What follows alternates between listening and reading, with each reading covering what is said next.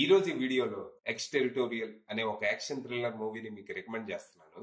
Gene గోర్సాట్ lead గా Christian super direction లో వచ్చిన మూవీ ఇది. ఈ సినిమాలో కథా కథనాలు అంత గొప్పగా లేకపోయినా యాక్షన్ థ్రిల్లర్స్ ఇష్టపడే వాళ్ళకి మాత్రం మంచి టైం పాస్ అవుతుంది. ఈ సినిమా స్టోరీ ఏంటంటే, ఈ సినిమాలో మన హీరోయిన్ సారా ఒకప్పుడు దేశం కోసం స్పెషల్ ఫోర్సెస్ సోల్జర్ గా పనిచేసి ప్రస్తుతం ఓ సెక్యూరిటీ ఫర్మ్ లో పనిచేస్తూ ఉంటది. తనకి జాష్ అనే ఒక కొడుకు ఉంటాడు. తన హస్బెండ్ చనిపోయాక తన కొడుకే లోకంగా బతుకుతూ ఉంటది. ఇక రీసెంట్ గా సారాకి యుఎస్ లో జాబ్ రావడంతో వర్కింగ్ వీసా కోసం తను యుఎస్ కాన్సులేట్ కి వస్తుంది. అయితే అక్కడికి వచ్చాక తన కొడుకు కనపడకుండా పోతాడు.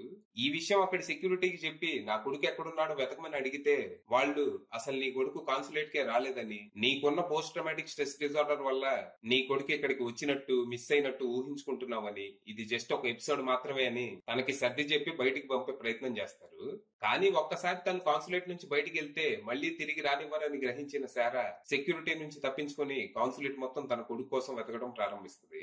ఈ రెస్క్యూ మిషన్ లో తనకి ఇరినా అనే అమ్మాయి సహాయపడుతుంది. అలా జాష్ కోసం వెతకడం మొదలుపెట్టిన వీళ్ళకి అనుకోకుండా కొన్ని షాకింగ్ విషయాలు తెలుస్తాయి. సారా చుట్టూ ఒక పెద్ద కాన్స్పిరసీ బయటపడుతుంది. మరి తర్వాత ఏం జరిగింది? అసలు జాష్ ఏమయ్యాడు?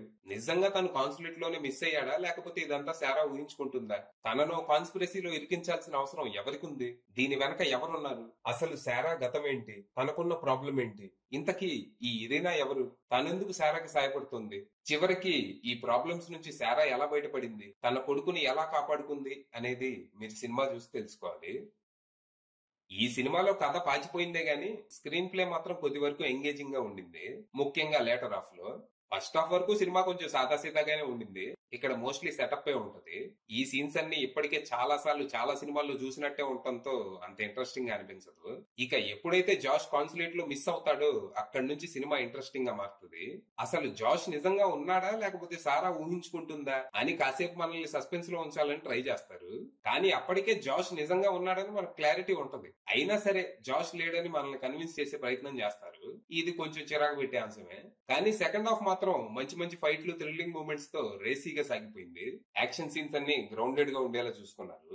ఇక లాస్ట్ లో అసలు విలన్ ఇదంతా ఎందుకు చేస్తున్నాడు, తన ప్లాన్ ఏంటి అనేది రివీల్ అయ్యాక ఇది మరీ వే టూ కాంప్లికేటెడ్ గా ఉందనిపిస్తుంది. అంటే విలన్ వేసిన ప్లాన్ వర్కౌట్ అవ్వాలంటే తనకి చాలా కలిసి రావాలి. మనోడు పెద్ద మచ్చ వేసుకొని బుట్టు ఉండాలి ఇది వర్కౌట్ అవ్వాలంటే. కాకపోతే తన దగ్గర ఈ ప్లాన్ ఎగ్జిక్యూట్ చేయడం తప్ప వేరే దారి ఉండదు. సో కలిసి వచ్చింది అనుకోవటమే. ప్రస్తుతానికి ఈ సినిమా నెట్ఫ్లిక్స్ లో స్ట్రీమ్ అవుతుంది. జర్మన్, ఇంగ్లీష్, హిందీ భాషల్లో అవైలబుల్ ఉంది. యాక్షన్ థ్రిల్లర్స్ అంటే ఇంట్రెస్ట్ ఉన్న వాళ్ళు ఖచ్చితంగా ట్రై చేయండి. అది విషయం.